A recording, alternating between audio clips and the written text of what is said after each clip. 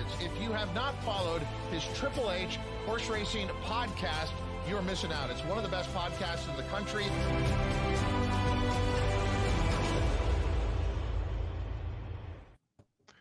Good afternoon and welcome to episode 24 of Weekend Warriors right here on the HHH Racing Podcast, sponsored by good friends at TwinSpires. I'm your proud host, Howard Kravitz, along with Noah Maher and Matt Miller, and we are here to cover the last three races of the fantastic $3,500 Oaklawn Horse Players Championship contest through, of course, Oaklawn and TwinSpires.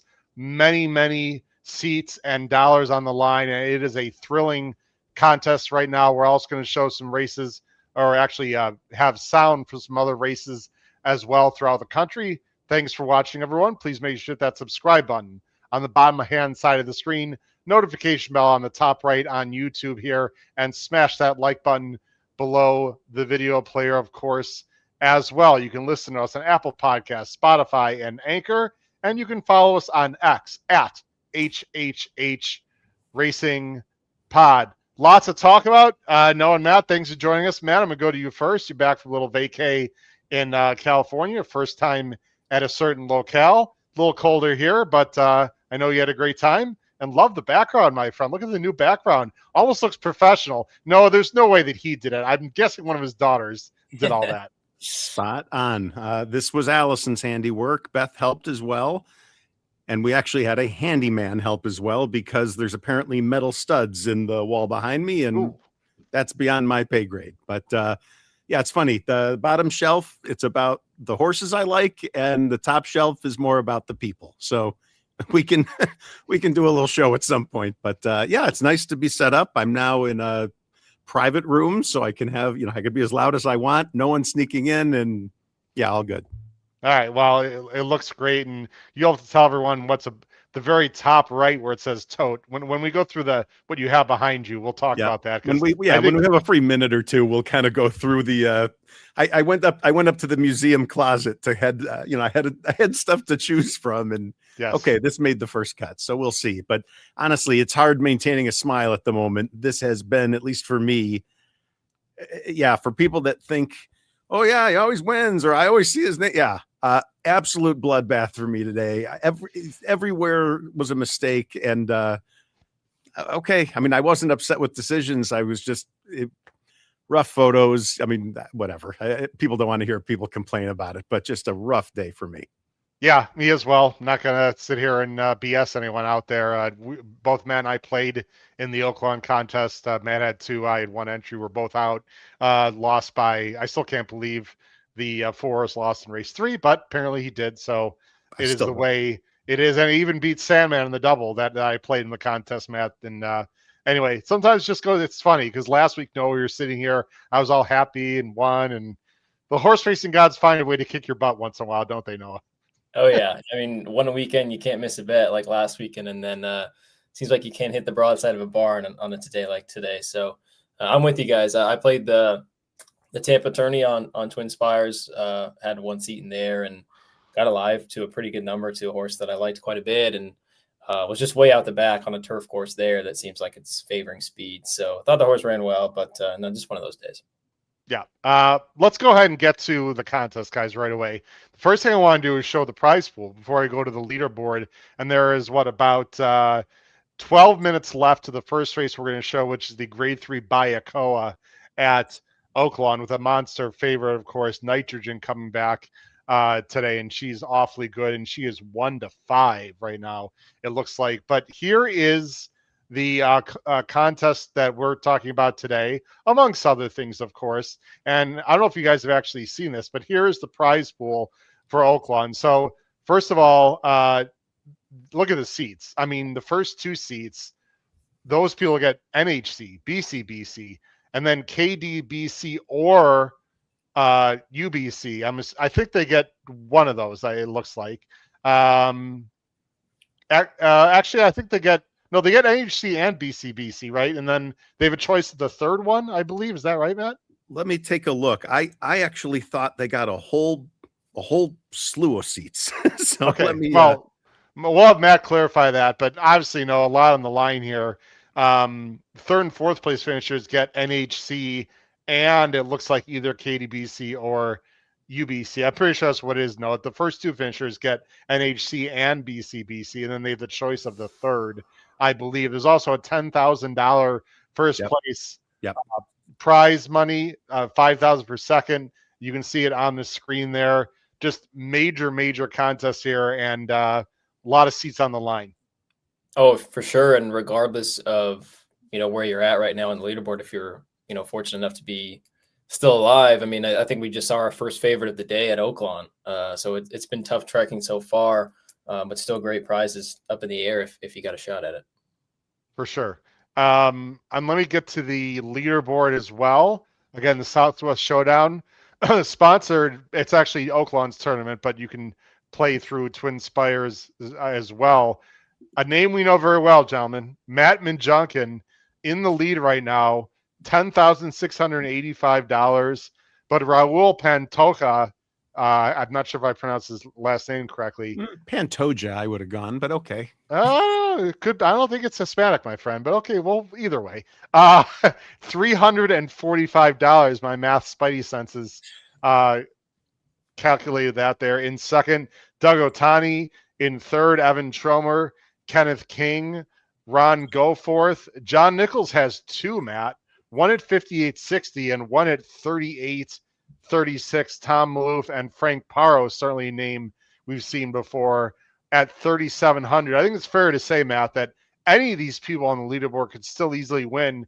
Maybe as far down to Mr. Marshall Graham, who's always dangerous, with 1970, and Dylan Donnelly at 1762.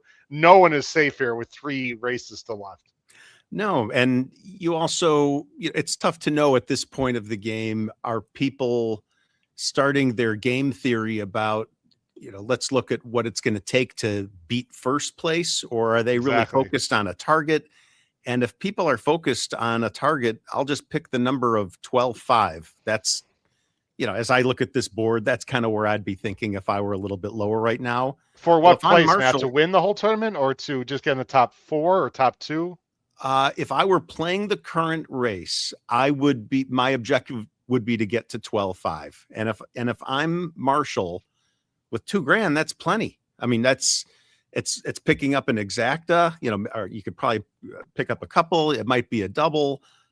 So yeah, you can go awfully low down that list at the moment. This is not a leaderboard that I consider scary because of the dollars. It's not like people are getting away from the field or anything like that. So yeah, I'd say going pretty far down the list, everyone's still in pretty good contention. I want to be very clear to everyone listening and watching.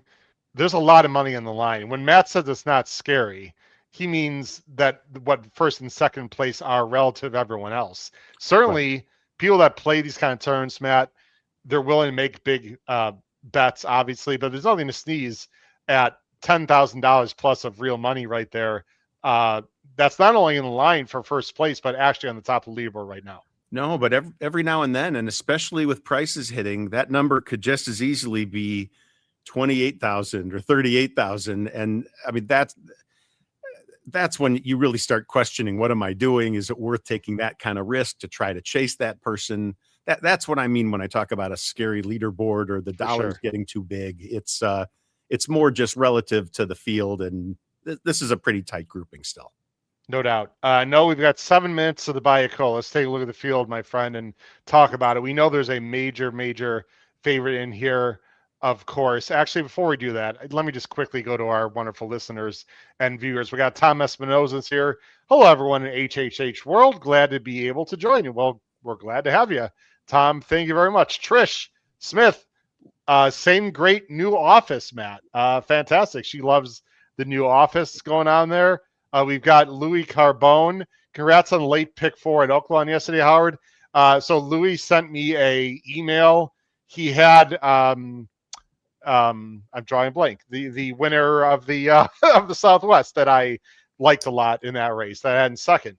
It's so memorable. No, I can't remember the name now. Silent Tactic. Thank you. Silent Tactic. He used that horse because of our show, guys, on Thursday, where I tipped it out, and he ended up hitting the pick 4. I'm not sure what it paid, but congratulations to you, Lewis. Really appreciate that. All right, let's go to the field here.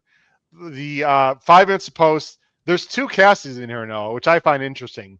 And the other Cassie, Narazuri, is actually second choice right now, or co-second choice. She's getting better and better. She's got the rail for Torres, who just won with Silent Tactic yesterday. Interesting. 9-2. Rose Palace, long shot at 29-1. Penoir, I don't think could win, but was a speed threat for Rudy Broussais. Either way, scratch. Quiet Side, who be my second choice, is sort of a, well, I guess everyone's cold. 6-1 morning line. She's run some big figs, though, at Oaklawn. 3 for 3 first or second. Miss Authentic's more of a closer for Annie Keneally.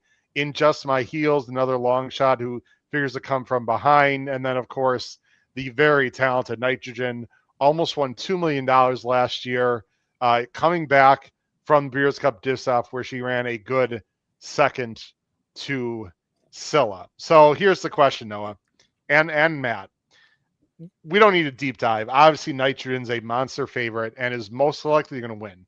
I will say this, Noah, and I'm assuming you're going to agree with this. If you're going to beat Nitrogen this year at certain times, you would figure this race would be one of those times. She's clearly not cranked. This is not her main goal of the year. And I looked at her work tab. She's only had 3 published works since the Breeders' Cup. So if she wins this race, I don't think it's because she's going to be 100% cranked. No, it's just she's just much more talented than everyone else. She'll probably win. I don't know. I have a very bizarre feeling that if she wins, it's not going to be by a lot. Yeah, I kind of feel the same way. And the work tab is a little bizarre just because she doesn't have a ton of works coming back from that effort in the Breeders' Cup. And not to mention, there's a big gap from the last published work until when she's going to run today. But that's been kind of the case with some of the horses that have been down at Oaklawn, right, because they haven't had many opportunities to get out on the track. There's actually a video I saw on Twitter of somebody actually galloping like in the barn. It was pretty crazy, just trying to get some fitness into some of their horses. But yeah, I mean, obviously she's highly respected. She could blitz this field very easily, but it's clearly noted that, you know, Cassie's going to get her ready for some better races going forward. And, you know, if you try to beat her, I don't think that's a terrible idea. Chris Walsh, Breeders' Cup runners first back from the Cup, have horrible results. I'm not sure you can base it off of like this long a layoff, but his point is duly made that generally speaking, they're over bet. My main question here from a pace perspective, Noah, is it looks like Quiet Side is the quickest, the number 4.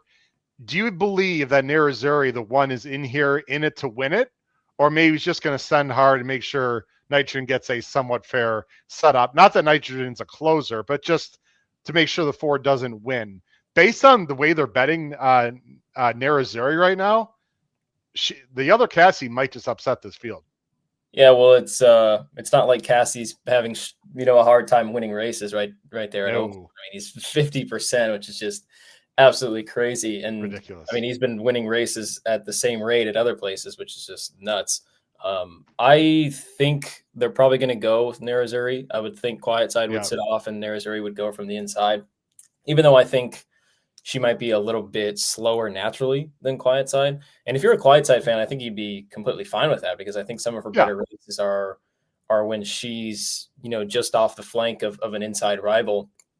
And I mean, if you're a backer of Quiet Side, I absolutely think that some of her better races put her in the mix, and if not pretty close to some of Nitrogen's better races. And she's done that right here at Oaklawn Park. So at 5-1, I'd be willing to find out. For sure. Now, Matt, from a contest perspective, I just looked. The exactas from Nitrogen to the 1 or the 4 are both 2-1. They're both $3 for $1. I would assume, and I don't know, some people listening, watching, or just in this contest are thinking very highly of playing a big exacta, either 7-1 or 7-4. It sure doesn't look like anyone else could probably. I suppose the 5 could finish second, but and from a contest perspective also, and we'll bring up the audio in just a second here. If you can beat Nitrogen in the contest, wow, that would be unbelievable as we're about 1 minute to post. Yeah. And it's funny. I'm glad you called on me second, not first, because I was going to sit here with this idea of turning nitrogen into an even money shot if you simply played those two exactas.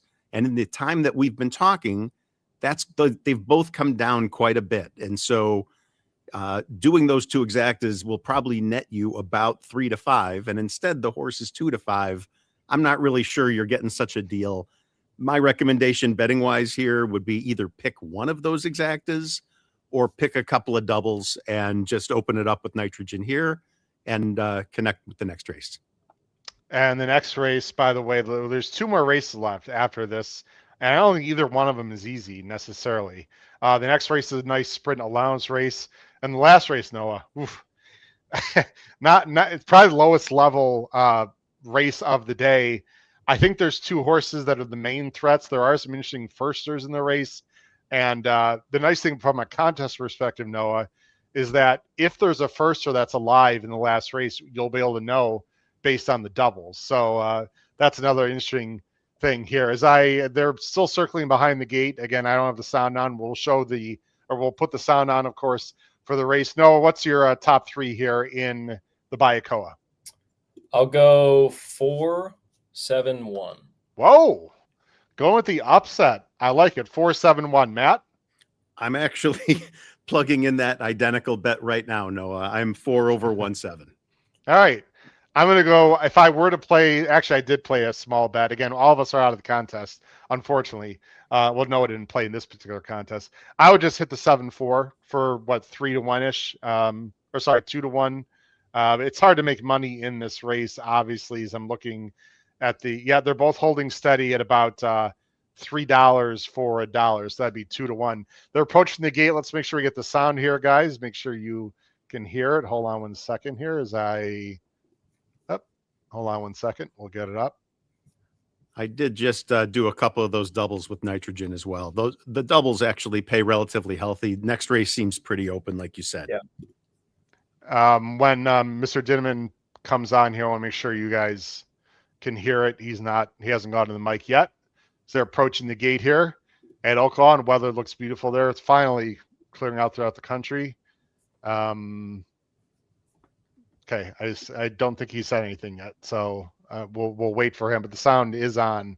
We should hear it when he starts talking into the mic, which should be any second now for the running of the Bayakoa. I'm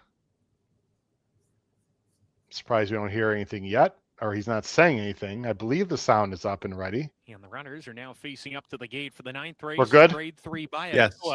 Naratzuri goes in. Miss Authentic. Sounds loud enough, guys. I got the sound up pretty Rose high. Palace. He's ready to go. Gate. Good luck to all contest players. Anyone else betting In just the my Bayakoa heels, 2 back. Quiet Side, the fantasy winner Nitrogens of last year. And then we have 26 debut. Nitrogen. The big filly, 2 to 5. We're ready to go. And we're off. Nitrogen broke fine, as do the others. And it's Naratzuri, Rose Palace. They're together. Rose Palace, narrow edge early on Naratzuri. He's right there. And Nitrogen's going to take back the 1 to third 5. gallop going into the first turn. Quiet Side side did not break well. That turn. Then Miss Authentic in Just My Heels will have to pass them all. The long shot 6 2 on links the off lead. the pace. Whoa. Rose Palace is cleared off in the Interesting. lead. Naratzuri will get outside and track the pace. So Rose Palace, the longest shot in the race, leads the field approaching the back stretch, lengthen a tail ahead of Naratzuri, and Nitrogen, who's third, 3 deep. Quiet Side down on the rail. Gap of 3 to Miss Authentic. In Just My Heels, now drawing level with her with 5 furlongs to go. Rose Palace went 24 seconds flat. Moderate pace here for the dirt here at Oaklawn. Half length in front, Naratzuri's second. And Nitrogen is third, 2 lengths off the lead in a good position. Jose Ortiz hasn't moved on her, so he's happy where she's at. Then comes Quiet Side down on the rail. 3 off the pace, nickel along, 3 more back to the 2 trailers, Miss Authentic in Just My Heels. Around the far turn they go. Naratzuri, neck behind Rose Palace. Here's Nitrogen coming on now. Nitrogen in the 3-path near Atsuri. Takes a short edge. Nitrogen trying to stick to her stablemate, and Quiet Side is sent hard. 4th, trying to claim 3rd on the outside. Top of the stretch now. Naritsuri, Nitrogen, the 2 Mark Cassie entrants are going to decide it here. They're off the turn. Nitrogen confidently handled. Naritsuri to the inside fighting. Nitrogen, now the reins get shaken at her, and she's got to head in front. Naritsuri not done, but Nitrogen hitting the 16th pole, swaps to the right, lead, but she's got too much class. It's the award winner. It's Nitrogen streaking clear in her 4-year-old debut to win the Bayakoa under Jose Ortiz. Naritsuri was 2nd, 3rd home Quiet Side, and then In Just My Heels. 143-2. Nitrogen over her stablemate, Naritsuri, who ran a very game 2nd and did not have the lead as the 2 was sent hard. Quiet Side didn't break great. That's pretty much the story of my day. Didn't break great. Disappointing 3rd. Nitrogen very goofy in the lane there, Noah. I guess maybe she's a little bit rusty on him. She's been on dirt plenty of times. Right when he went to the right stick, I mean, she really came over, and she was on her left lead, Noah. I'm just counting like a good, 5-6 strides, which I find a little bit odd, but just tons the best in this race. And again, I'm sure she was not cranked to the gills. Yeah, just shaking that rust off. And you could kind of tell that the class definitely prevailed, like that final 16, because the one started to get a little tired, and Nitrogen, showed her class. So it was a good effort from her. Obviously, there's room to improve, and interested to see where she ends up next. I'm assuming they're going to stay on dirt with her. I'm actually really interested to see what they do with her this year. I haven't actually heard the overall campaign, but I mean, no, you'd have to guess Breeders' Cup Distaff again would be on their radar in November. Yeah, I think I heard somewhere, it was a while ago, so I don't know how accurate it was. I think I heard somewhere that Cassie was going to try to flip-flop between both during the year, both dirt and turf. But don't quote me on that, because that could be totally off. But I guess he could if he wanted to. I mean, she's plenty talented. That would be interesting. Yeah, I mean, she's very good on both surfaces. As I'm just looking at my phone here, we're gonna place down on a few different races. Let's go to Gulfstream right now, guys. They have a very nice allowance race. We'll just play the audio of that. This is Gulfstream Race 11 live here on Weekend Warriors. Race favorite at even money, number 3, Fast Town, over 5, CK Wonder. Rafaru and Lethal Speed, the other horses taking play here. Make that Terrapin Station. Just enough time to shamelessly take an even money favorite. Yeah, this was my top pick. And also there's some scratches. This 3 is very quick. If he gets the lead, this 3 could be tough. No, you like the 1 a little bit. This starts the coast to coast, by the way, ladies and gentlemen. All right, hitting the 3-2 double. All set. Let's go. And they're off. Good start from between for Fast Town. Up on the outside, Rafaru has a bit of speed. Moving out the rail, Terrapin Station. From between horses, CK Wonder, and out in the middle is Lethal Speed. They chase David Egan and Fast Town. Fast Town to the half-mile point, leads by almost 2 now. Up to second is Rafaru. From between horses, CK Wonder. Out in the center, Lethal Speed. Terrapin Station now shuffled to last as they swing past the half-mile marker. 4 to 5 the number, Fast Town the boss. He leads by a length. Rafaru second, Lethal Speed third, CK Wonder fourth at the inside. A gap of 3 more to Terrapin Station is last of all. They went 22-4 for a very reasonable opening quarter. Mr. McJunkin, good to see you. Fast Town has the lead at the 5/16, leads by 2. Working harder at the inside, CK Wonder has made it up to second. Trying to rally in from the back is his stablemate Terrapin Station. They're on their way home. The leader is Fast Town. To the attack, CK Wonder. He's 2 lengths behind with 1/8 of a mile to go, but he is starting to gain a touch of ground. Angling Terrapin Station, he's gaining on both of them. Final 16th of a mile. CK Wonder reaches Fast Town with yards to go. Terrapin Station destined for big third. Problem. CK Wonder in front. Fast Town second. Terrapin Station third. Lethal Speed fourth. 111 flat. Oh, talk about Murphy's Law. I mean, okay. Anyway, I mean, I'm so glad we went there. I can't get loose on the lead 4 to 5 shots home today. Anyway, it's the way it goes. CK Wonder upset. And I know you had some interest. I played Terrapin Station and Echo and Fast Town. Can't get either one of them home so I'm out of the coast to coast pick 5, which we thought would be very chalky, Noah. But now why is it the first leg of the coast to coast pick 5 lately seems to, especially in small fields, seem to get big prices. I mean, 7-2 is not a big price, but based on the field, I thought the 5 was not exactly a likely winner there. So congratulations to anyone who had CK Wonder at Gulfstream. I'm assuming the leaderboard is not updated at Oaklawn, guys, for the contest. I'm going to check that out. One of you. I'm going to take a quick peek. Probably not yet, but you should note over here in the chat that we've been joined by yes, the leader. Congratulations, Matt. What's up, Matt? How you doing, Matt Majunkin? I'm nervous, sweating through my clothes right now. Woo. Well, look, we got a lot on the line. I don't know if that result was good or not. Matt, if you want to put in the chat if you played that race and if you had that exacta or you played a double or whatever the case might be, because obviously we're going to know what your pick was online in a matter of minutes here. So let us know, Matt, if you'd like to, what you did in that race. If you played a double, Matt, obviously you don't need to tell us who you played going forward. But Matt Majunkin, the leader, is here in the chat right now. So again, very cool to know that we have a lot of contest players that are interested. Mike Carmoli, let's see. Mike Carmoli said Goofy is an apt description. I think he was speaking to nitrogen there for sure.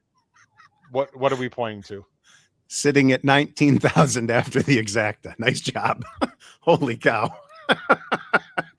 That's a big beautiful hit. Matt. Nice job. Matt and Junkin, I should say. We're getting the Matts confused. Wow. So let's see. I wonder, is that the only one he played? I don't know if he played another. So it hasn't updated yet. So that's what I meant before when I talked about a scary leaderboard. That's now a scary leaderboard. I mean, that's assuming that someone didn't join him. That's a lot of separation. And then you start asking yourself questions. What's worth going for? First, second, third, whatever. Right. And that's a big jump. So nice job, Matt. So that's a $9,000 score. No, of course we don't know what he bet. So what I'm trying to figure out is if he could just tell us in the chat if he wants. But if he played the 7, if he dutched the 1 and the 4, if he just played 7-1, I'm going to guess before he says it that I think he just only played that exacta. Noah, I'm guessing. Yeah. Just trying for $3,000 or something, right? Or for 2,500 ish. Yeah, it could be 2,500 because that would be about a quarter of his bankroll. And yeah, if I had to guess, hopefully he'll tell us. So I know he's probably still running around the house. Very suspenseful. Yeah. By the way, Matt, your job today, Matt Majunkin, your job is not to go into the chat and tell us everything. Your job is to win this damn tournament. All right. I'm sure some other people would like to do it instead of you, though. He pushed hard. I think the math adds up to all in. So he had a $4,800 exacta that lost with you're looking at it now with the 4, almost the same amount with the 1. And then he hit the try just for the heck of it. Wow. How do you know that where's the try? Sorry. Exacta. He went back for the exact. Oh, he so he played 4. Got it. He played it evenly. So he went all in. He went all in. It looks like, yeah. Wow. And he just dutched the 7 with 1-4. Yeah. Yeah. I got confused by the bottom because he's got 2 exactas on that ticket. Right. No, he basically just, I mean, it's a great play. I don't know how he felt at the top of the stretch when Nitro was all over the place, but wow, that is we got to talk about from a contest perspective here. It's a ballsy move. I like it. He knows that his total wasn't going to win. I don't know if he's trying to win or get in second or whatever, but now, depending what people have, of course, in doubles, but that is a major, major move. And anyone that's, down to like 4,000, that makes it much, much more difficult to catch up. Yeah. Raul, who was behind him, had the other exacta, the 7-4, but he only played it for 1,000. So similar thinking. And okay, so he went to Dutch, as we talked before, I like that play of the 7 over the 1-4 as well. In a contest, it's a little tough to get stuck picking just one for exactly this reason. That's more of a cash play in my view, but I get it. Well, let me interrupt you, Matt. And no, this is good lesson for everyone. And you and I know this because we've talked to Matt several times about this. I know that it depends on everyone's personal, I guess, bankroll, income, decision making. You would not be, you're not one, Matt Miller, to probably play a 7 with both the 1 and the 4 in the contest. You'd be more likely, I don't want to speak for you, you'll tell us how you feel.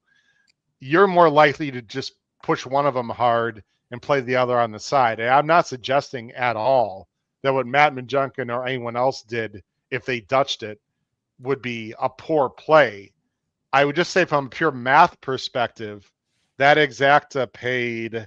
This is a good lesson for anyone who's interested in contests, right? We're not criticizing anyone's play, but this is why we're here, to have these kind of conversations. That exacta paid, wow, it actually went up a little bit. It paid 3.7 for $1, so 7.40 for 2. So basically 2.7 to 1 is what it was in a $2 terminology. If you Dutch it, it would go less to even money.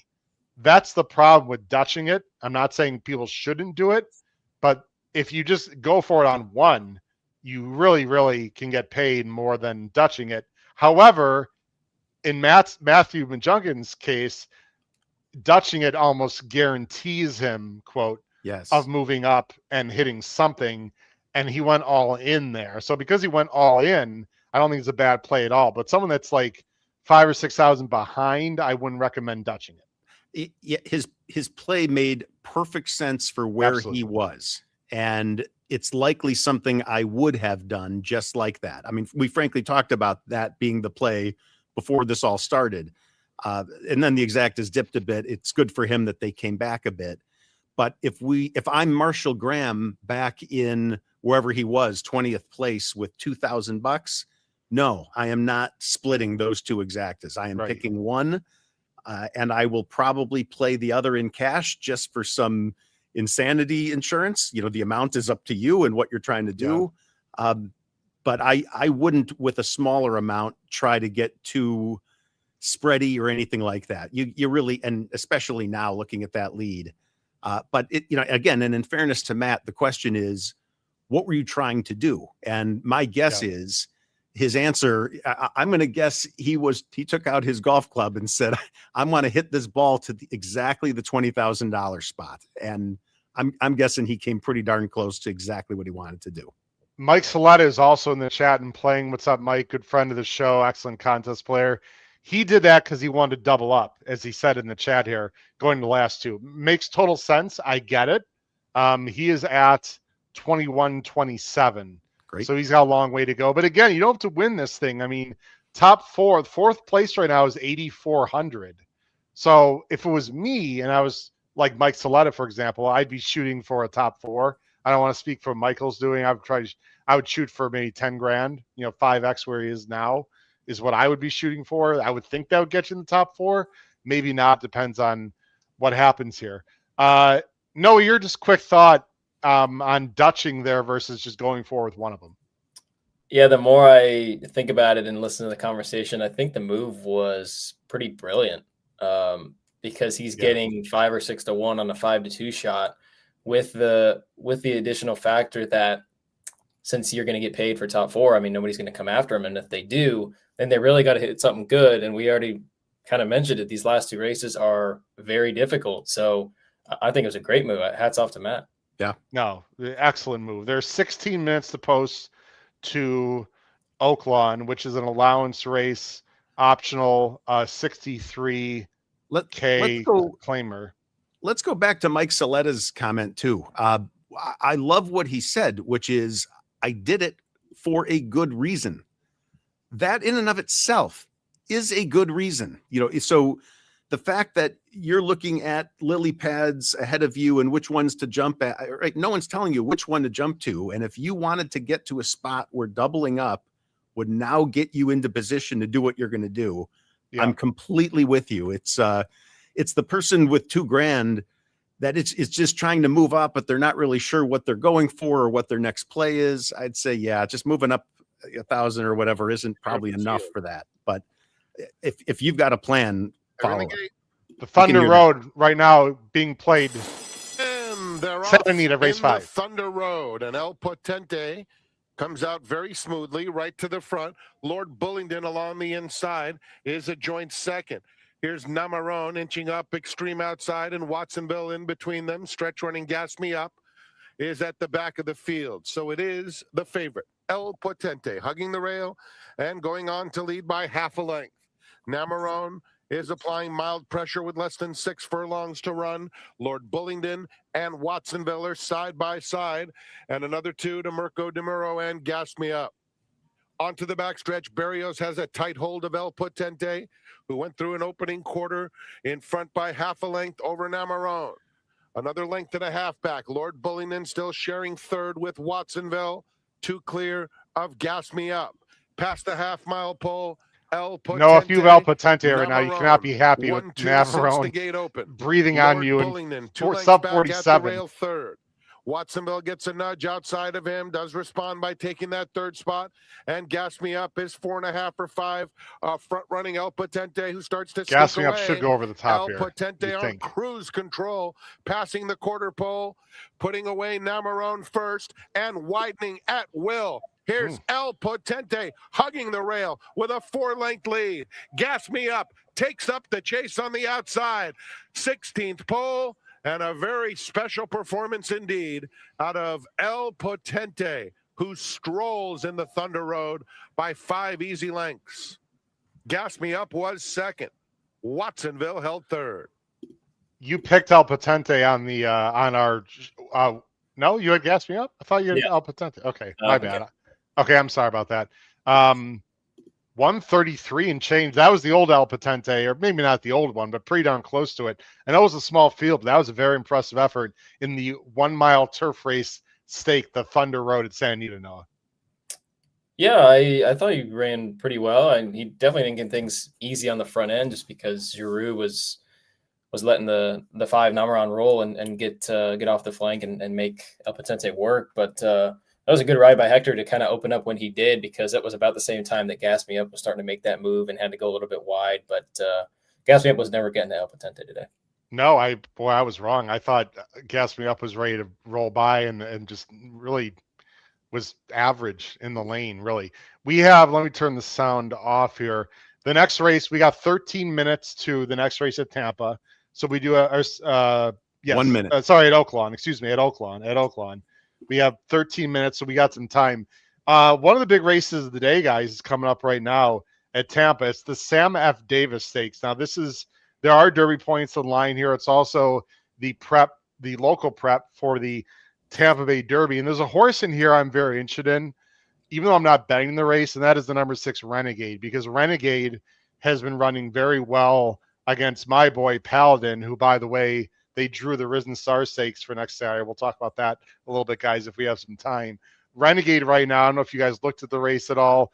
Renegade is 4 to 5 in the Sam F. Davis, and the rail horse at Tampa Bay, who is also a fast horse, I believe, for Brad Cox, if I recall, is also a big threat here, and that is Confessional, who ran second to Nearly, who of course won the Holy Bull. So you would on paper, no, it looks like it might be 6-1. The problem with Confessional here, and look, Tampa can be speed favoring on the dirt, especially in these big days. The problem is the Puma, the number 3, has a lot of speed, and the number 9, Dr. Kapoor from the outside for Safi. Those two almost have to go. I suppose the Confessional can win. If I were to go against Renegade, I think I would try to play a bomb or something, like maybe like the 5 Ocelli, I believe, Ocelli, for Whitman, for Beckman, who's a closer. The Confessional first time 2 turns is really gonna have to run well here, but obviously the form lines are very good for him. Yeah, I'm a little concerned about him. The race that he won at Keeneland, I'm not sure how good the field was that he beat that day on debut. And it wasn't like he was really bet all that much either. I think he might have been 12 or 13 to 1 when he won that race. And then last time, I know it was a small field, but I thought his effort was a little disappointing. Now he's got to go 2 turns. He draws the rail. If I'm betting the race, I would be playing exactas with Renegade. And I'd be using some of the horses that you mentioned in second, like the 3, the Puma, Ocelli. And then I think I was watching America's Day at the Races this morning, of course, for good reason. And they were talking to Savvy Joseph, and they're going to ride Dr. Kapoor a little bit differently, try to get him to relax and maybe settle. Oh, really? He would be another one I would maybe think would be a little interesting underneath. Well, that's good information to know, because that would upgrade Confessional for me quite a bit, a lot. I just, to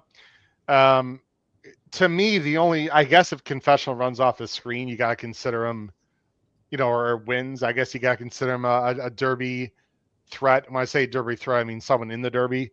I think Renegade's a nice horse. Renegade crossed the wire first over Paladin in his debut, and then ran, was it second to him in the in the Remsen?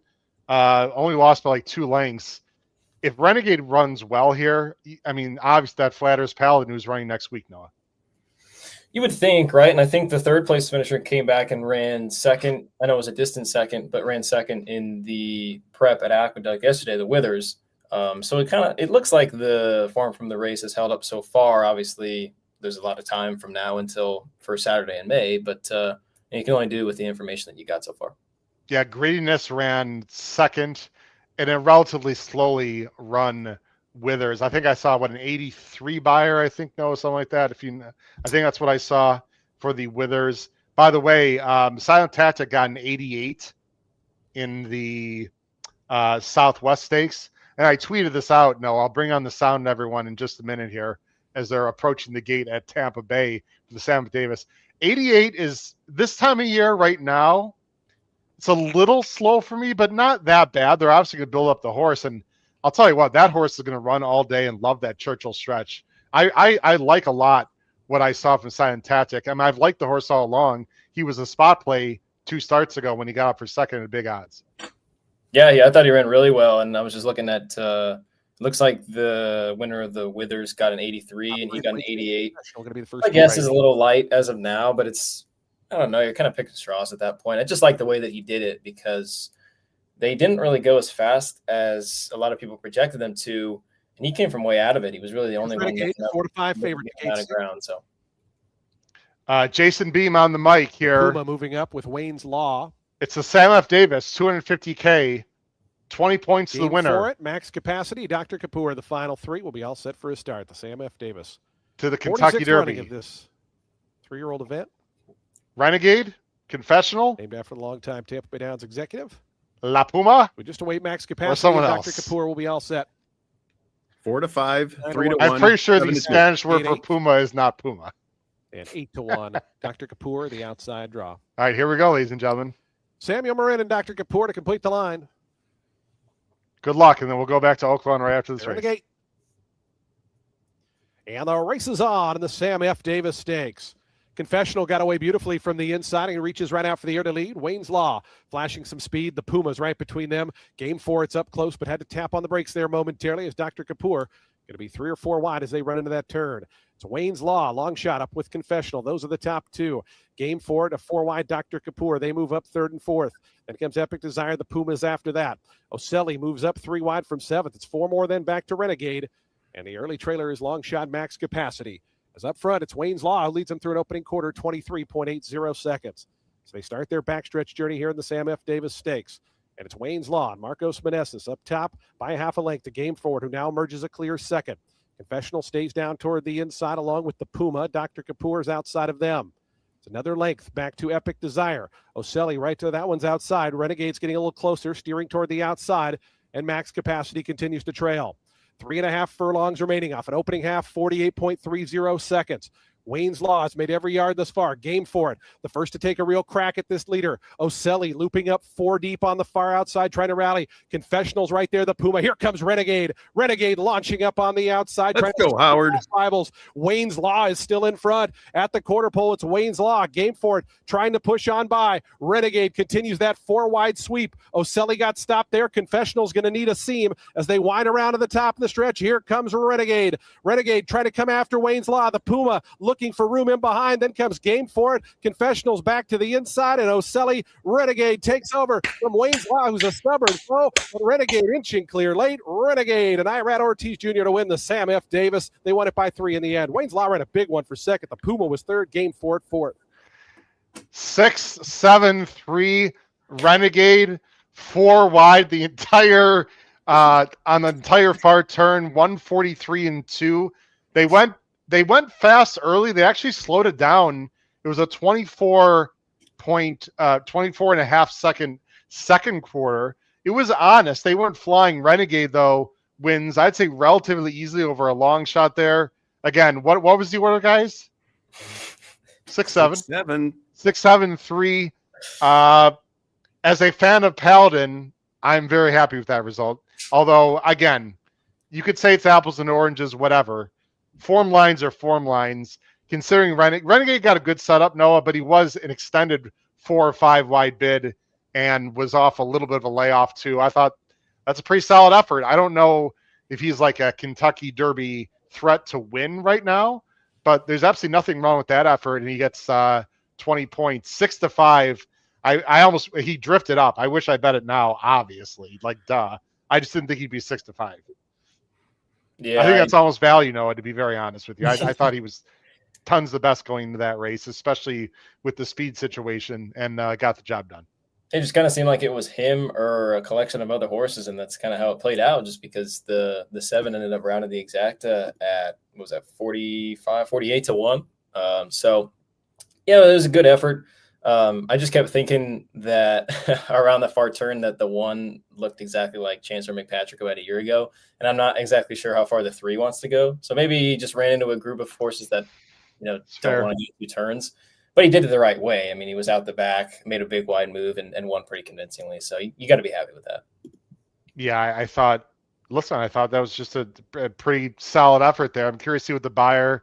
I mean, my guess is going to come back 90-ish, like something similar to Silent Tactic, if I had to guess. But congratulations to them. All right, guys, let's get to Oaklawn. And I'm sorry we had to talk about that race. There's 3 minutes of Oaklawn. I'm not going to play the sound right now.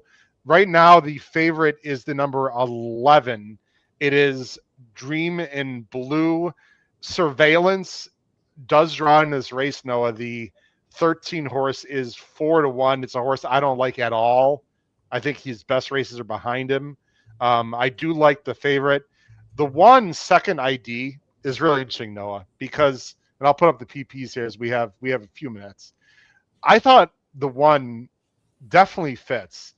And would be a major threat. The problem is, and I don't want to be too disrespectful, but this young jock, Triana, is 1 for 66, Noah, at the meet. I mean, if it wasn't for this jock, nope, I would like this horse a lot, to be very honest. Gets the inside. He's got a ton of back class. I mean, if there was if it was Santana on this horse, Noah, wouldn't he be 4-1? I don't know. I mean, if you like the horse, you like the horse. This jock is just something to really question here, unfortunately. Yeah, I think it's just one of those races where I don't have a lot of faith in some of the favorites. You talked about the 13 who might just be kind of tailing off at this point in his career, and even the 10 as another one that's got some better races kind of further back on his resume, and he's not getting bet at all, which is just a big red flag. The 11 makes sense. I would go with another kind of speedy type in the 7. Mm-hmm. The 7's name is Linzer, who ran absolutely massive last time, which is part of a wicked hot pace. Lost to 2 horses actually dead heated that day. But I just thought he ran so well that I really had no reason to come right back with him at 10-1, because, the 1 looks okay. Obviously, the jock's a question. Some of the other shorter prices, I'm just not sure what you're going to get from them today. Why not take a shot with a horse that's obviously running very well right now after that 91 buyer? I got no problem with that. I will say I handicapped these races thoroughly, Matt, because of the contest that I was hoping to be alive to. I think part of the reason why Big City's not taking money, is he got an absolute dream trip last time and got beat by a few that to me had worse trips. So he is second off a layoff, and he is a big price. I think he got such a good trip last time, just couldn't really get the job done. I mean, UW is a pretty good horse for Sias here and John Ortiz at 4-1. You've got Dive Bomber at 7-1. It's a horse I used to bet and chase a little bit early on in his career because I thought he had talent. He hadn't really panned out, but it sure looks like Dream in Blue, Mr. Miller, from the outside is tactical, will sit a good trip. He is coming off a career buyer top. I don't know how you feel about that, Matt. That could be a negative for some people. He is 2-1. I'd say a relatively pretty strong favorite considering it's a big field. Yeah, and I'm sitting here looking at the probables and will pays, and I think this horse is actually going to come down a little bit on the board. Okay. He's been bet pretty heavily in the doubles. I mean, as a pretty massive favorite there, paying essentially paying $4. The 13 pays $7, and the 5 pays $8. And so, okay, so he should be. You can impute the odds or whatever, but the 11 should be a good favorite, and the same is true in the pick 3. So at 2-1, it's interesting, with 2 races to go, I'm looking at how to bet this thing. And there's something wonky with the double pool right now. It may just be that some of these big contest bets are messing that up because there's only 34 grand in the pool. But as I'm looking at the doubles with the 11, they pay terrific. And so I'm going to pick up my phone and make another bet right now. But, obviously odds could change or whatnot, but these all seem to be overlays. So talk about the next race if you like anyone else there. I think Matt Majugin brings up a good point on Renegade. He's going to get a good thoroughgraph fig for that wide trip, Noah. Yeah. Depending that's a certain case where the thoroughgraph or time form will have it much better than the buyer for Renegade we're talking about, right, Noah? Yeah.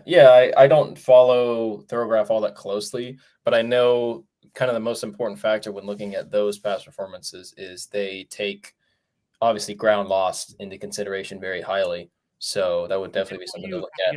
Matt, I got a question for you. Hey, they're going in the gate, by the way, Noah, but go ahead.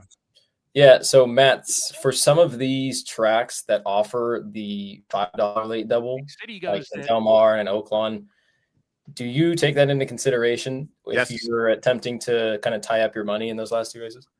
Let's answer that question, Matt, after the race, if we could. Sorry. Surveillance. Race 10 at Oaklawn, the penultimate leg and race of the contest. Are you going with Surveillance on the outside? The favorite, Dream in Blue. Noah's clever opinion here on Linzer at 10-1. Let's see what happens as they're loading the last horse in the gate. Even money. Beware. Whoa. We're ready to go. Too late to change now. Let's see if Linzer gets loose, Noah. I'm doing those doubles. Up, they're backing out someone yet. They're backing out Linzer, actually. Linzer from right back in. Reloads. Now we're ready. And we're ready to go. They're off. Second ID from the inside pops out of the gate and he's showing speed with Linzer, who's got a head in front now. Second ID to the inside right they there. Are sticking flying to Big City because of the one. Right off the top pair who sparred. This has got to be 21 and 2. In the 4th position now, level 3rd. See if I'm right, guys. I say 21 and 2. Surveillance the gray goes to midnight in that line of runners approaching the far turn. Then comes Classified. Dive Bomber inside of horses. He's 6 lengths behind, hitting the far turn run. 21 Big and space 4. Back to Inexorable, who's well out of it. Will attempt to do his best running later. 3 furlongs to go. Second ID at 13-1. Leads a half length. Linzer's been pressing him hard, and they've been going hard at the front end here. Length and a half to Surveillance in the 4 path. He's looming large at the quarter pole. Dream in Blue searching for racing room on the inside, right behind the leaders. At the top of the stretch, UW being asked to pick it up. They're off the turn. Linzer challenging second ID. Surveillance grandstand side. Dream in Blue finds a seam between horses. Right UW's bad between them, please. Dream in Blue's trying to get there. Second ID fighting tenaciously from the inside, but Dream in Blue's got the win now. Boom. The lead. Dream in Blue a half length in front of second ID. Dream in Blue to get the job done. Second ID was second. Linzer third, and then UW. 11-1-7. The 1. Well, Dream in Blue splits and gets a dream trip and wins at even money. Second ID, Noah, ran a massive race. And I got to tell you, we were being a little bit hard on the jock for fair reason because he's 1 for 66. If I were owning and riding that horse, I would do exactly what he did. You got a gun from the inside. He almost pulled it off. He outdueled Linzer, who, by the way, also ran very well, Noah. The 5 and 13 had every chance to go by. Couldn't do it. Really nice ride by Bayerano. Very patient ride. And it comes 11-1, which I'm not in the contest. I don't know what I would have done. But to me, that is a very reasonable exacta, especially if you didn't like the one on top. Yeah, first question is where are exactas or tries? And second question is, I guess not second question, but I think the 7 actually had his head in front of the 1 at one point. So that was a hell of an effort from the 1 to get back into it. And at the 16th bowl, it seemed like the question might have been how far was 11 going to win by, but the 1 certainly didn't give up. I thought it was a big effort from him and even from the 7 too. That exact is 13-1. Pays 28 for 2. So that is a nice price. Very interesting there. As I'm just looking at, got a lot of multitasking going on here. Did the last race at Gulfstream go off here? It did. Well, we have someone in the chat. Okay. Oh, wine on Sunday won. This is a nice horse, by the way, Noah. We talked about this horse too. I don't know what he won by, but he won pretty handily there at Gulfstream. The last race was 2-5. This is a talented runner, by the way, for Brian Lynch, who's now 2 for 2. Just want to mention we have things going on in our group chat. 11-1-7-5. Any guesses what this is going to do in the contest, Matt? I side with Matt McJunkin. He doesn't love that outcome. I don't either. That's so Matt, what did that double? So I'm guessing he doesn't have the double, obviously. What did that double pay? Let's see. Because you have to believe a lot of people have that double, although it can't pay that much. But no, it can't. Well, I'll tell you what, Matt. Matt and Noah. That paid 3.9 for $1. That what's wrong with that? That's solid. That pays. That's 780 for 2. That's going to be a problem. We're going to see some major movement here, I think. He can't have the double because he was all in with the exacta. Right. Because what? He was all in with the exacta in the last race, so he can't have the double going forward. But he could have played doubles again. Good point. That is true. Very good. You are correct. I'm trying to see who got second at Gulfstream for 5. 5. Cinco. Okay. Backgammon. Love backgammon. Very underrated board game. No, Matt, where does backgammon fit in your board game top 10? Not in my top 10. I don't think I've ever really played. So I'd still go with kids games. Yeah. What? You never played backgammon? You've never seen The Matrix, and we're good friends. So what is how about that? Wait, what does one thing have to do with the other? It's some no, things. Do you know backgammon? Have you played backgammon before?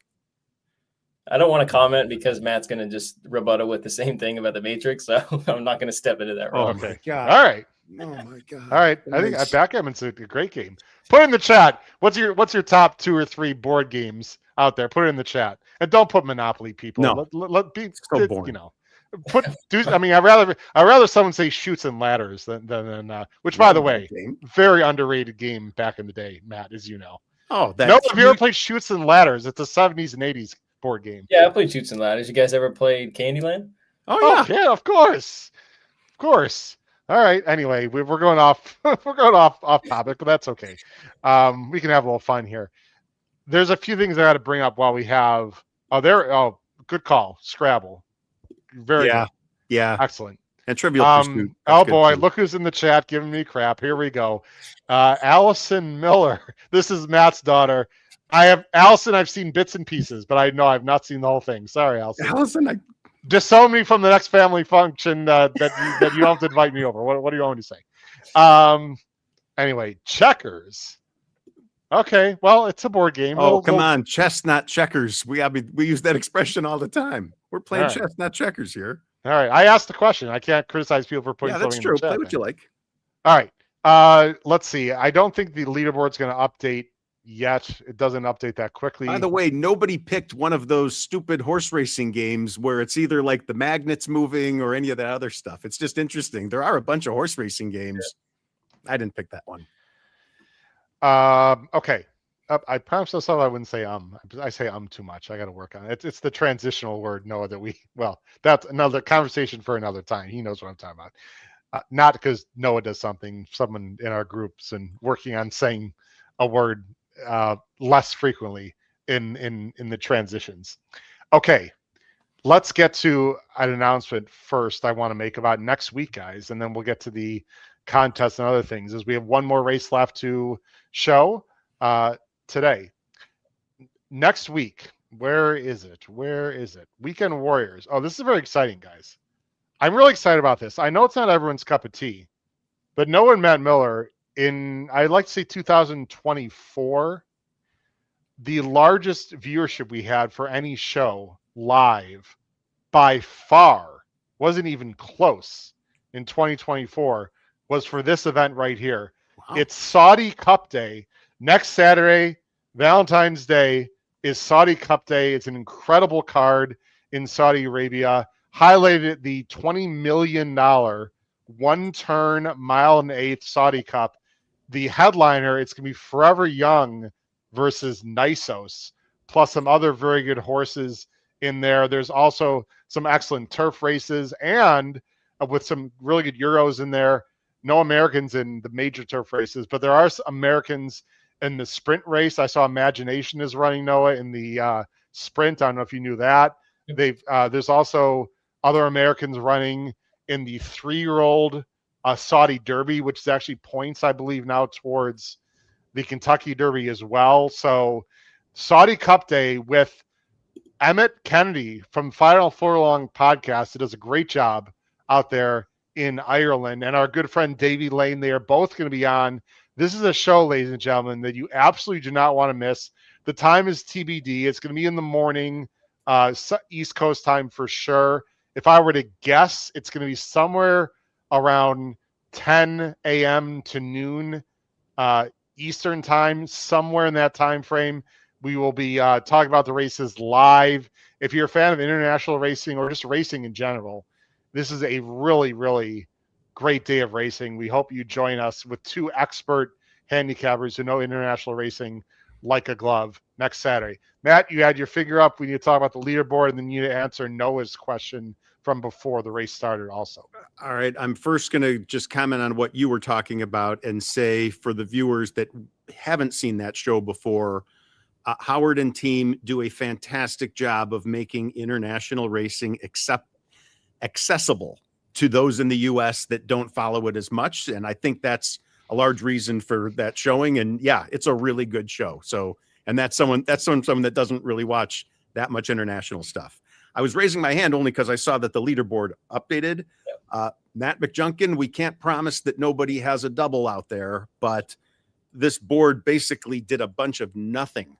I'm almost shocked by it. Greg Bone moved up a whole bunch with a really nice, I think it was Exacta. It's on the screen, Matt. Perfect. Okay. So he moved up a whole bunch. Yeah, that 11-1 was just a killer for him.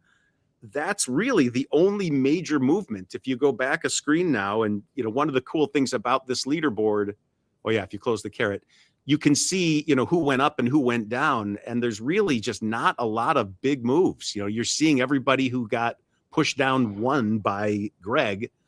But there's only a couple people, Frank Story made a little money. Well, actually, I'll take that back. He moved up a few spots. Tony Joe moved up a few spots. The other news, while we don't like talking about negative things, is there are some people that took it on the chin pretty good there. Tom Maloof took a big shot with win bets on the 5. Dylan Donnelly took his shots there. I'm just looking at the people that have large minus numbers next to their names. Yeah. But for the most part, that if I'm Matt McJunkin sitting in first, he just said I'm shocked. And I agree with him. I'd be pretty shocked. I would have guessed someone would have had something, but maybe there's doubles, you don't know. And I'll now answer the last question. Yes, those are attractive doubles, Noah. That $5 price point, it's a little bit contrarian or not exactly what you'd expect, but that $5 price point really helps prices quite a bit. And so does the takeout rate.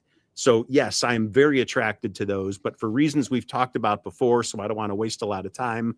You can't You can't put all your money in those doubles in the last race of a contest because you lose any flexibility to do anything if there was a strange move on the leaderboard that you need to react to. Matt, I gotta tell you, and we're here to talk about contests, and we keep it real. Like when we're bad, we're bad. We were bad today in the contest. Oh yeah, flat out. Last week I won the damn thing. It goes up and down, right? I gotta say, and there's some unbelievably good players. I am absolutely shocked that no one crushed that double. I guess people didn't like the 11, or they thought the double was too low because nitrogen was pretty much a cinch. I think that's not any breaking news there. I guess you can say people didn't like the 11. Like, I get it. I guess people were waiting for the last race. No, there's a reason. And what's the reason, Matt? Tell me out here. And I'm not trying to be negative. No, let's keep it real here. It's something we do. But we're going to be real. And the reality is this is a large dollar contest on a day that's not that major for betting purposes. It's a huge day of racing. Don't get me wrong. The stakes are great. It's all good. But the bottom line is this isn't like a bonanza betting day like the Breeders' Cup or like the Kentucky Derby. That double pool only had 75 grand in it. Well, if you're betting a $5,000 double, you're pretty capped at how much money you could make. Yeah, but Matt, it paid 3.7 to 1. What's wrong with hitting it for 2.7 to 1? What's wrong with that? First of all, if one other guy does that, you've got an enormous problem. You've now got a double that's going to pay 3 to 2. There's just not enough liquidity in the pool. In my opinion. I still look. I was horrible today. We keep it real. We're not sitting here suggesting, or I'll speak for myself.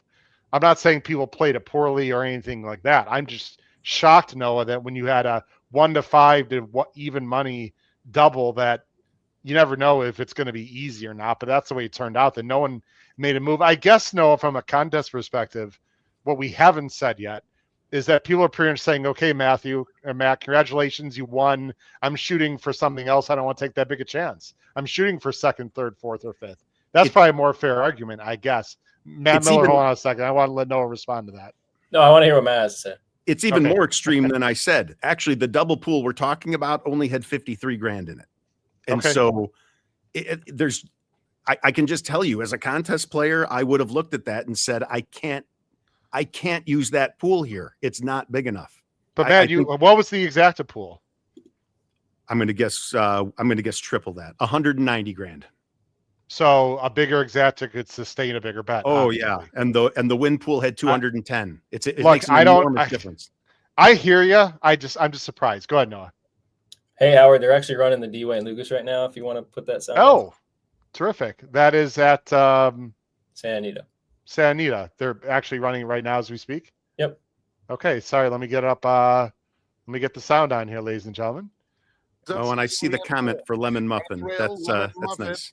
Sorry, don't want to show the video. And Arena's Charm at the back of an extremely compact field. Me and Molly McGee heads to the half-mile pole, pressed mildly by Splendor not break rate, Noah? Then Lemon Muffin down at the rails. Didn't see. Between She's rivals, in not the best spot here. Beats is outside of her, 3 lengths off the lead. Now it's 4 back to Arena's Charm. They're heading to the 3/8 pole. It's been an easy lead for me and Molly McGee, and she's trying to shake loose. Splendora is called on now with the orange sleeves, making solid headway. And Formula Rosa is back to 3rd.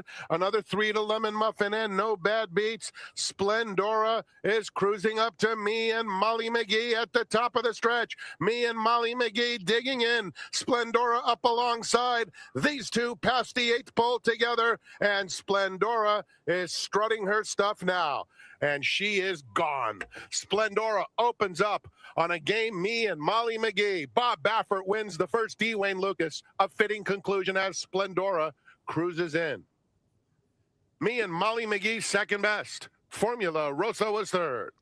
Breeders' Cup Filly and Mare Dirt winner. Splendora comes back. Final time 122. Me and Molly McGee, a horse that I talked about, Noah, on Wire to Wire, our show for the Coast to Coast, actually ran very well and hung around quite a while. I would say that was more workmanlike. Splendora is just, she's really good. Yeah, and she's she's going to be a force to be reckoned with come Derby City Distaff, because I have a sense that she's probably going to go to that race. They're probably going to work backward, and I would be very intrigued to see how she runs in there. I think she's going to be really good and primed for a good campaign. And rumor has it, I think we could just say this publicly, it's not that big a deal, that not only are you going to the Derby, Noah, but I hear you might be actually working Kentucky Derby weekend. Do you want to talk about that, or it's not official? You rather just keep it on the DL right now? Yeah, it's actually not official. But did you get a mount? No, I did not. But I can try if you'd like me to. Yeah, no, it's unofficial as of now. Okay, it's still in the works. So, all right. I heard through the grapevine, Matt, that Noah's not only going to be there, but hopefully doing some work for Churchill Downs that weekend, and he'll be there with a lot of his family in honor of his college graduation, which is coming up in a few months. Very exciting for the Maher family, for sure. The last one, Matt, you remember it was like when the last one in the family, last child graduated from college. It's a good feeling for the pocketbook, but more tears might be shed, just like the high school graduations. Oh, it's a lot of reflection. Absolutely. Don't get me going on that stuff, please. Oh, I was trying to get him cry on live YouTube here. Oh well. Well, anyway. Good try. All right. Splendora, by the way, 2-5 in that race. Let's where do you want to go next, Matt? What do you want to do here? Well, we got 11 minutes to the last race at Oaklawn. So let's just go off script totally for 1 second. There was a nice big contest at TwinSpires today, and we might as well read off some names of some people that did really well. This was a high quality contest. The $1,000 Sam F. Davis NHC KDBC qualifier, 48 entries, which meant 4 seats, and the 5th spot got $3,000. These are names we've mentioned before, and I know Dave Feldman's a viewer, so congratulations, David, with a huge number of $4,500. Jim Metzger 2nd, Doug Otani 3rd, Steven Simonovich 4th, and Stephen Wolfson 5th. I'm looking below to see if there were any horrible beats for good friends. Nothing that I can see there. So yeah, that's a nice big contest where those 5 people scored either big cash or NHC or KDBC seats. So good for them. And yeah, I mean, as I flip back now to this leaderboard for Oaklawn, yeah, but let's first talk to Mac McJunkin. I don't know what to tell you. I don't know that there's a big reason for people to try to beat you.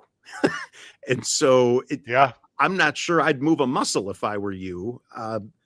If I'm any of these other people, I'm scared to death if I'm in 2nd and 3rd, because I'm really unsure of what to do. I don't want to bet myself backwards, but my gut tells me that my number's not good.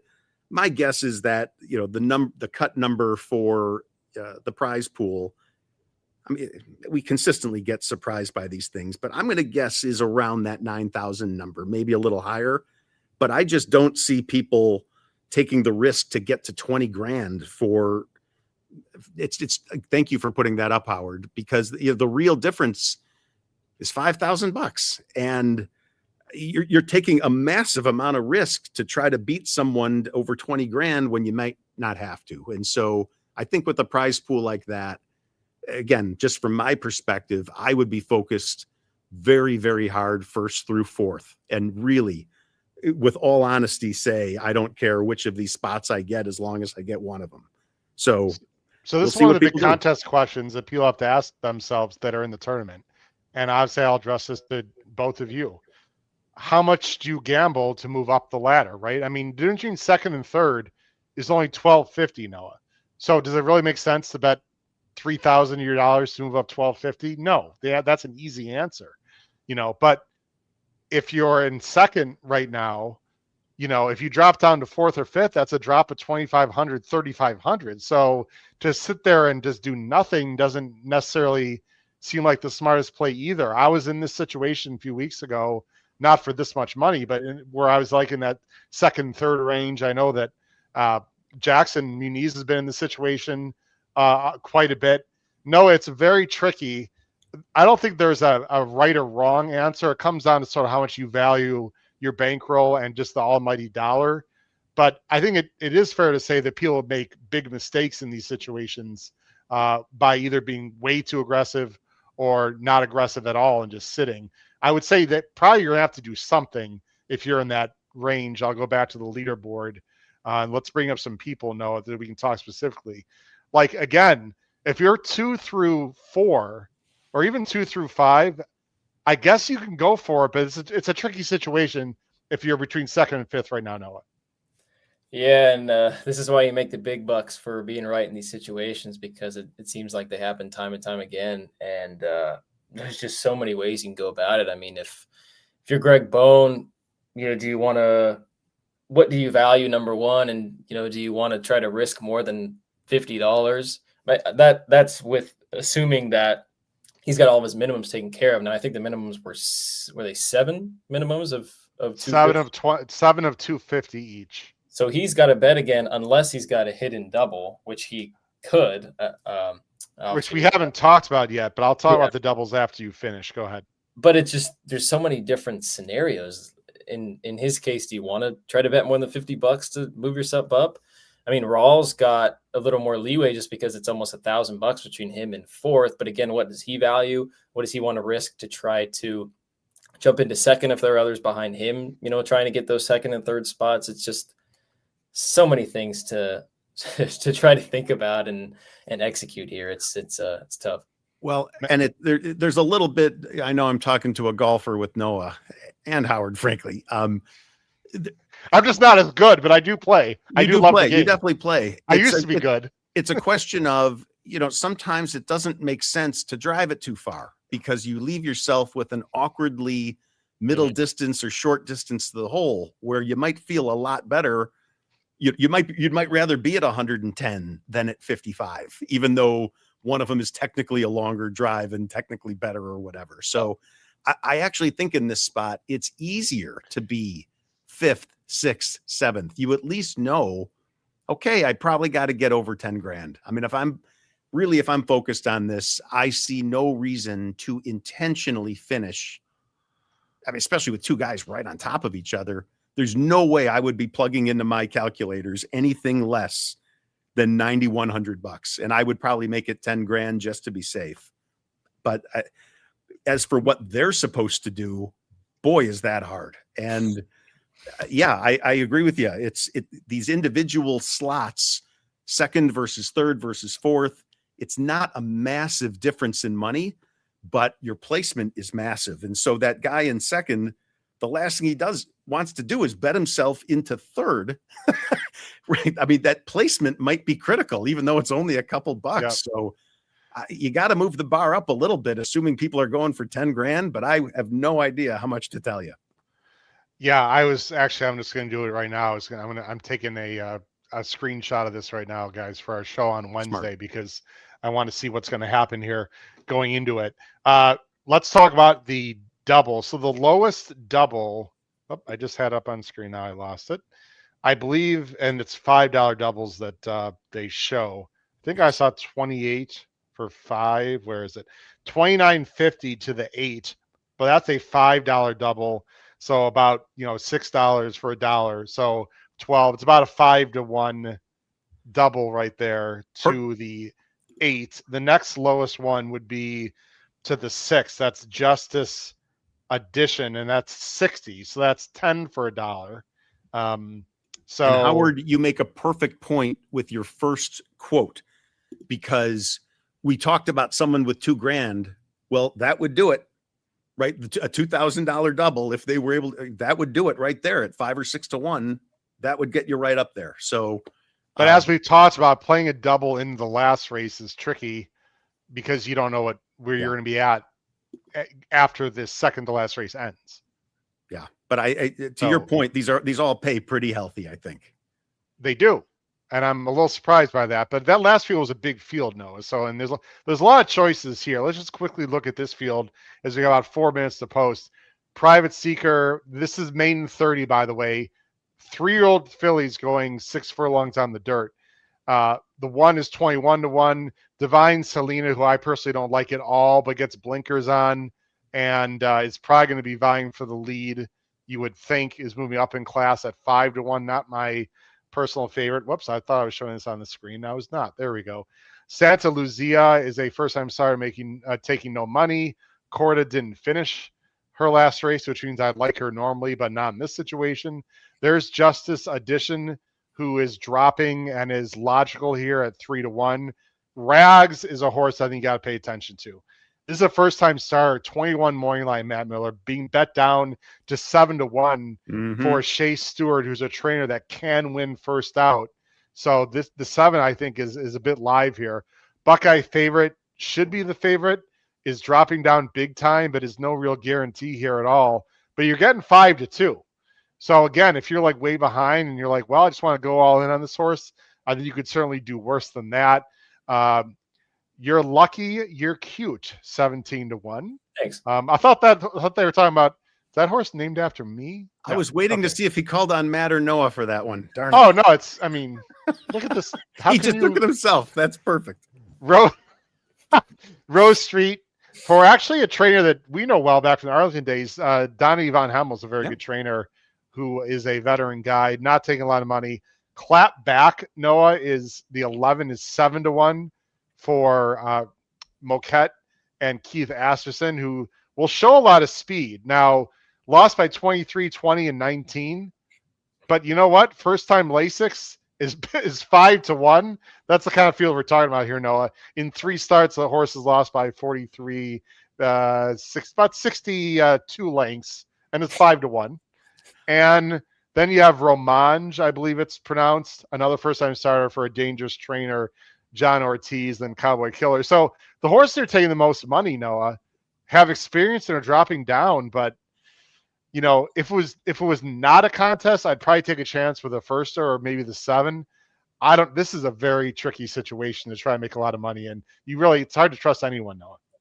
Yeah, I mean, at this point, you just kind of have to take what's given to you. If you're in the 2,000, 2,500 range, maybe take a look at the 11 and see if you can get to that number there. If you're more in the 4,000 or 5,000, maybe one of the favorites, but we kind of laid it out. It's tough to trust anybody in this race. Well, and it's a terrific contest point that we're making here, because there are some people that don't care that this is a 30,000 maiden claimer, right? To me, it's just the last race of the contest. You need your numbers. That's that.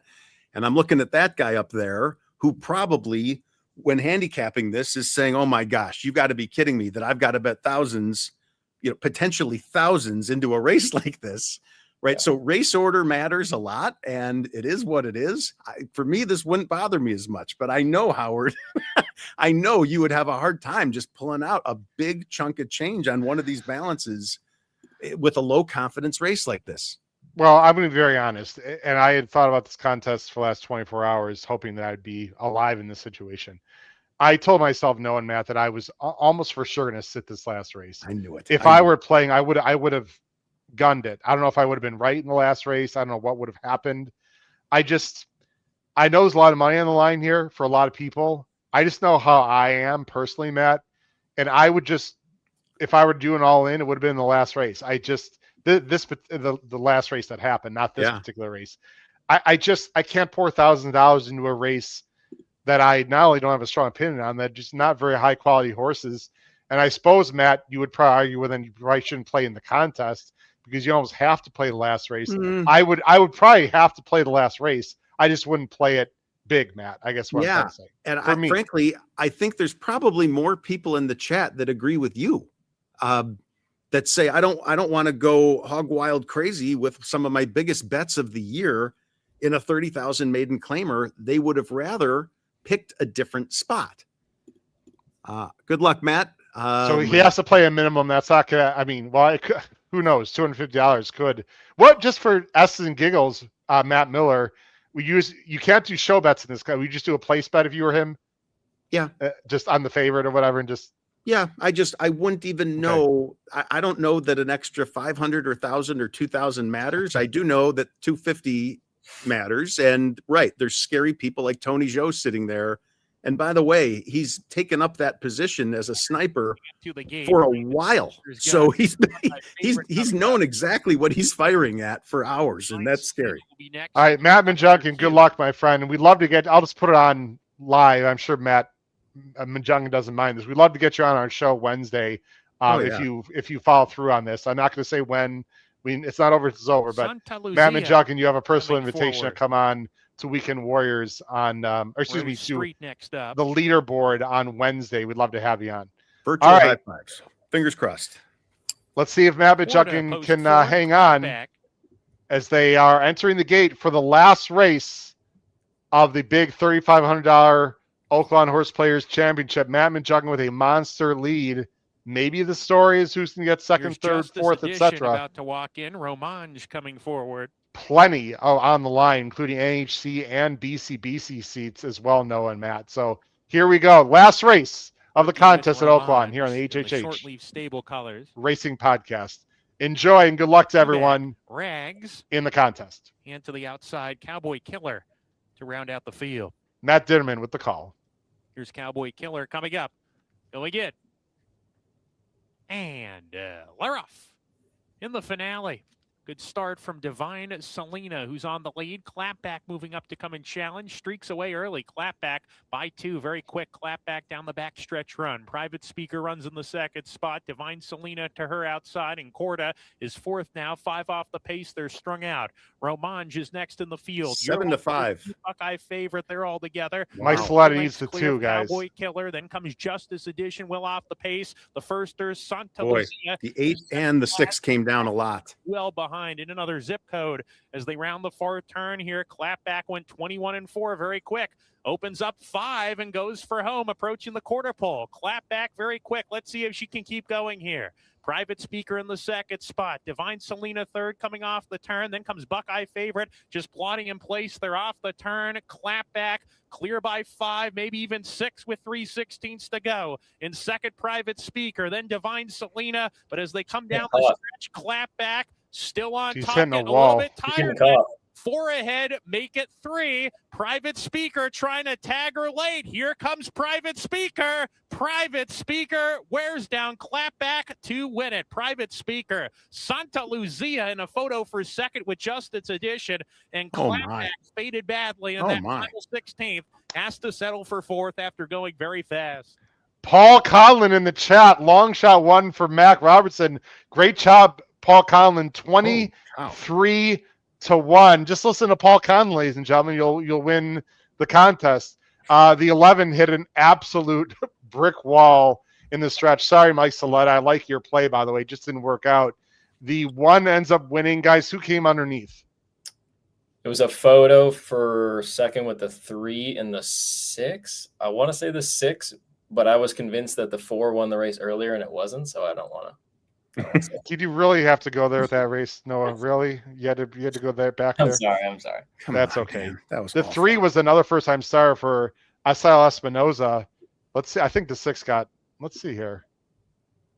I don't even want to call it because the wire is weird. I think the 6 got second.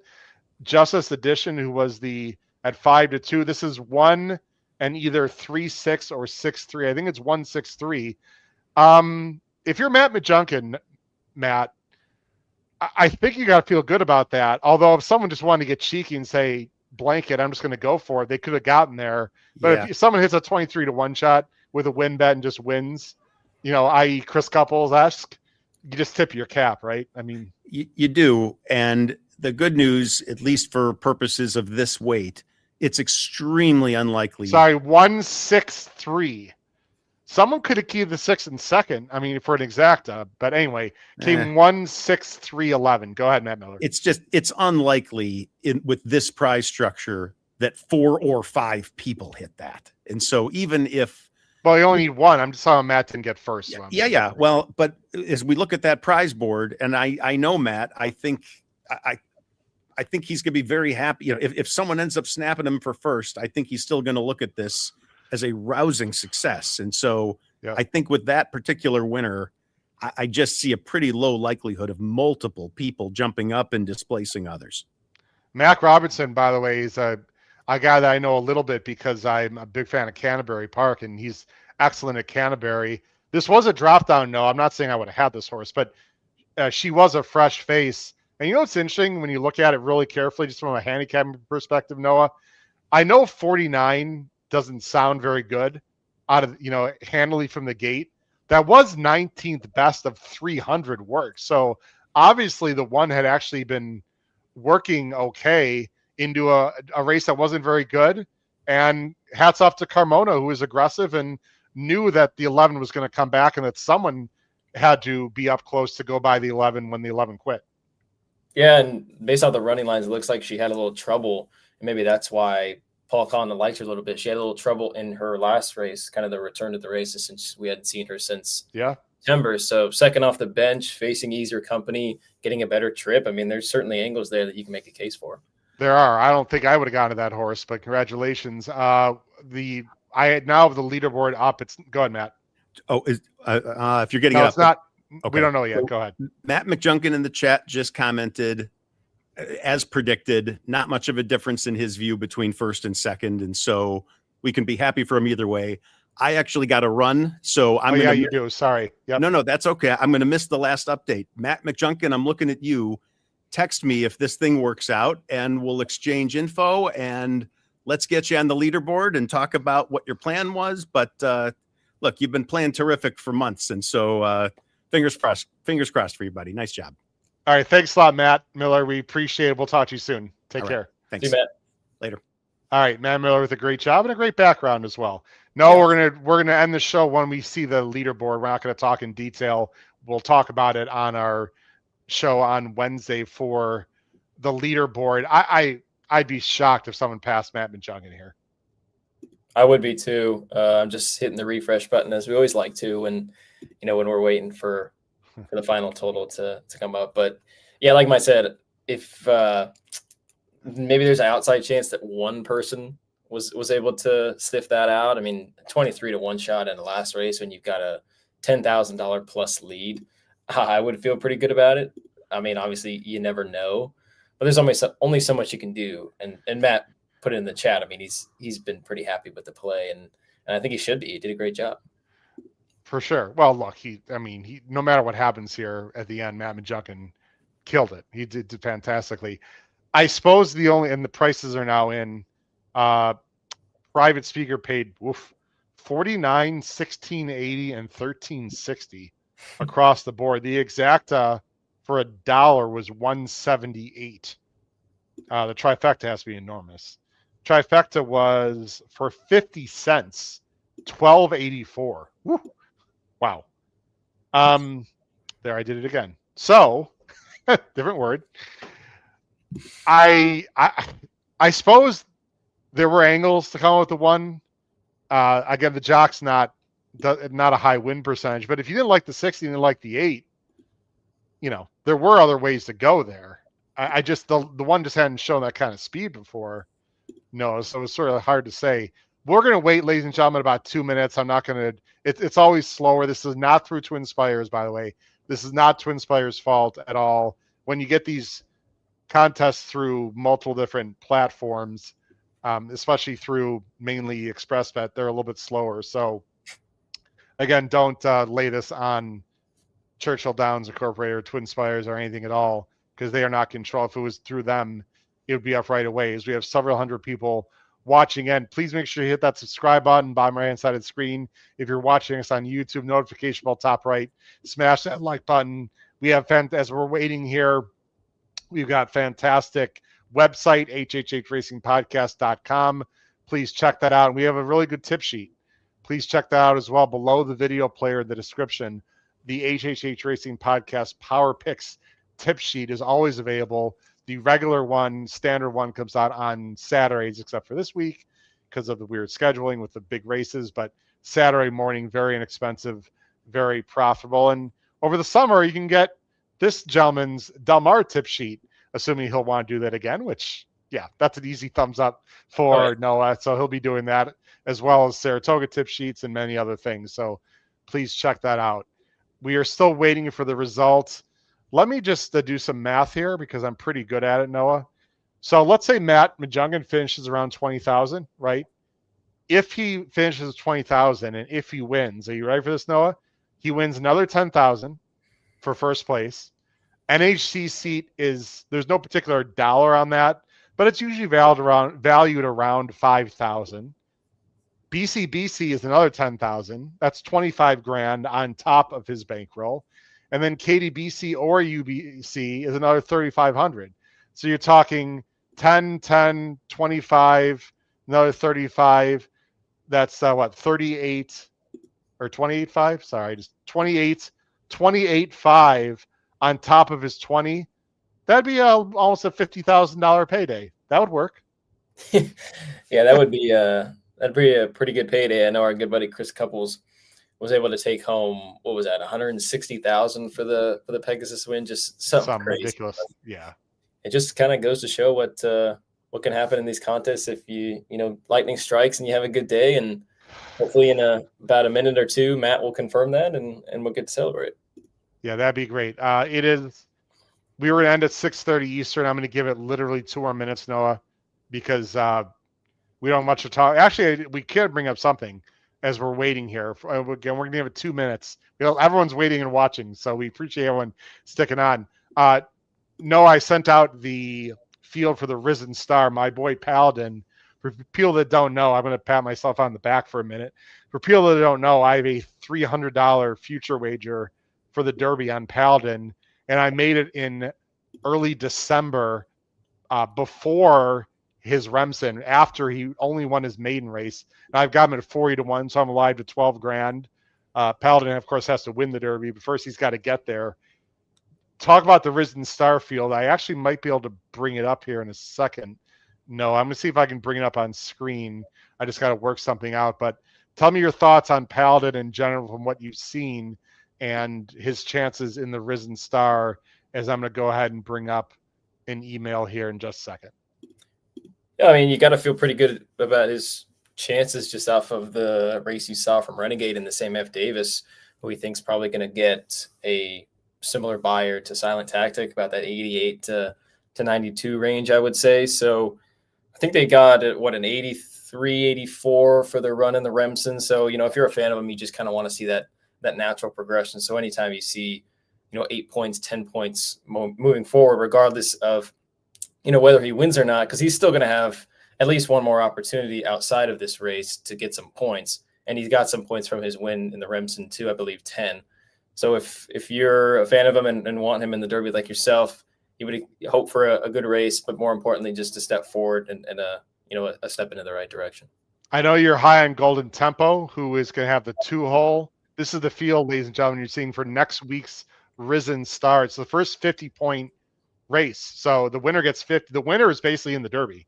Actually, not basically, is in the Derby. The winner of this race is in the Derby field as long as they stay healthy. Second place finisher gets 25. So if you're Paladin, you're pretty much in the Derby also. If you get second, you see Universe McPeak, Golden Tempo, who won a very exciting race, Noah, that I know you like this horse a little bit. Chip Honcho. Courting is, by the way, my backup future Derby bet. I have him. I'm alive to him for several thousand as well. This is a very, very expensive, well-bred horse for Pletcher. I think I'm going to draw a blank on who he's a half to. Very talented female horse. I can't remember who now. I'm drawing a blank.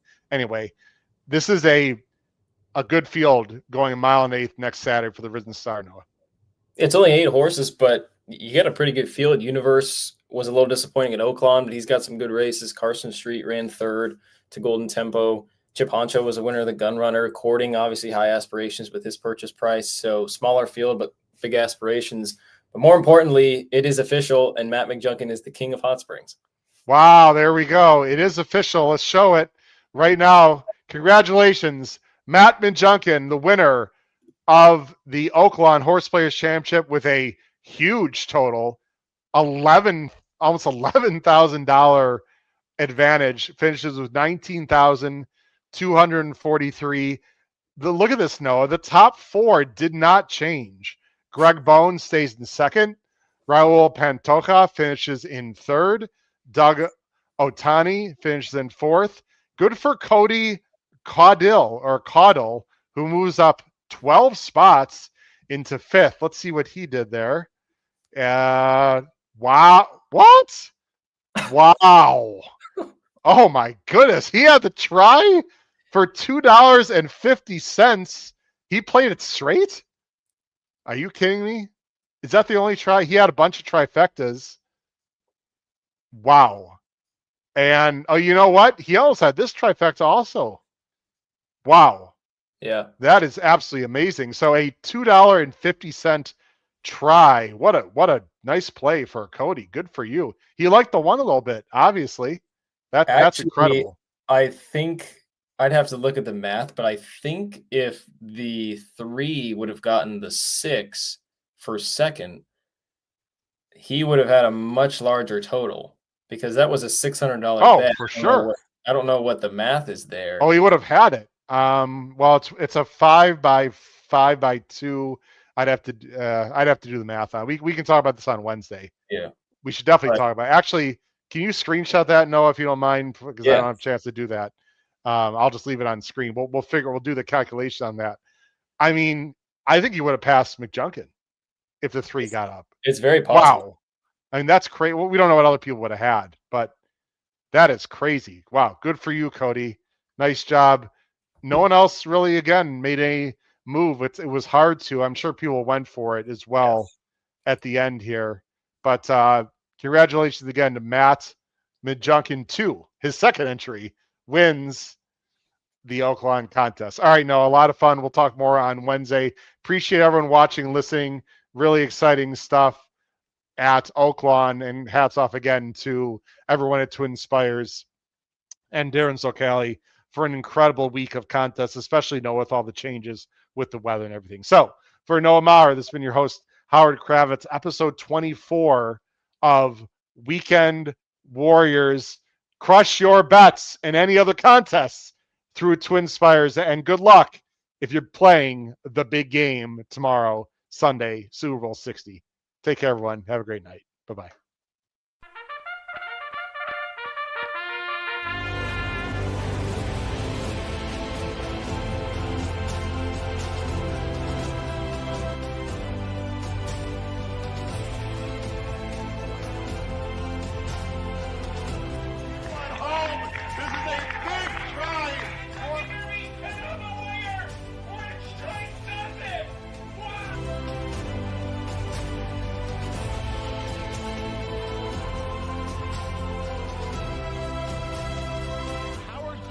If you have not followed his Triple H horse racing podcast, you're missing out. It's one of the best podcasts in the country.